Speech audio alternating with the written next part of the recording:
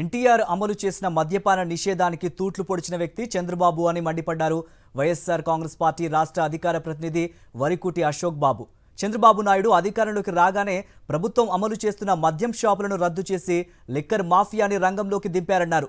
చంద్రబాబు చెబుతున్న లిక్కర్ కుంభకోణం ఎక్కడ జరిగిందో, ఎలా జరిగిందో చెప్పాలని డిమాండ్ చేశారు వరికుటి అశోక్ బాబు. ఈ లిక్కర్ని పూర్తిగా మద్యపాన నిషేధం చేసినటువంటి రామారావు గారు ఆయన్ను వెన్నుపోటు పొడిచి అధికారంలోకి వచ్చిన వెంటనే మద్యాన్ని ప్రజలకు అందుబాటుకు తీసుకొచ్చినటువంటి చంద్రబాబు నాయుడు గారు ఈరోజు మాట్లాడుతూ ఉంటే చాలా హాస్యాస్పదంగా ఉంది.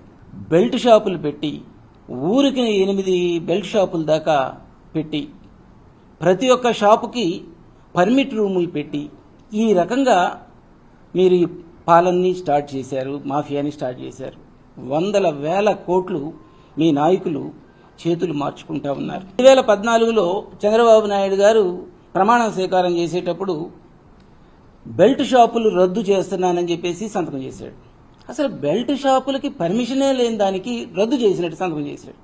43,000 బెల్ట్ షాపులు పెట్టారు. జగన్మోహన్ రెడ్డి గారు అధికారంలోకి రాగానే 43,000 బెల్ట్ షాపుల్ని రద్దు చేశారు. ఏది అక్రమం, ఏది సక్రమం?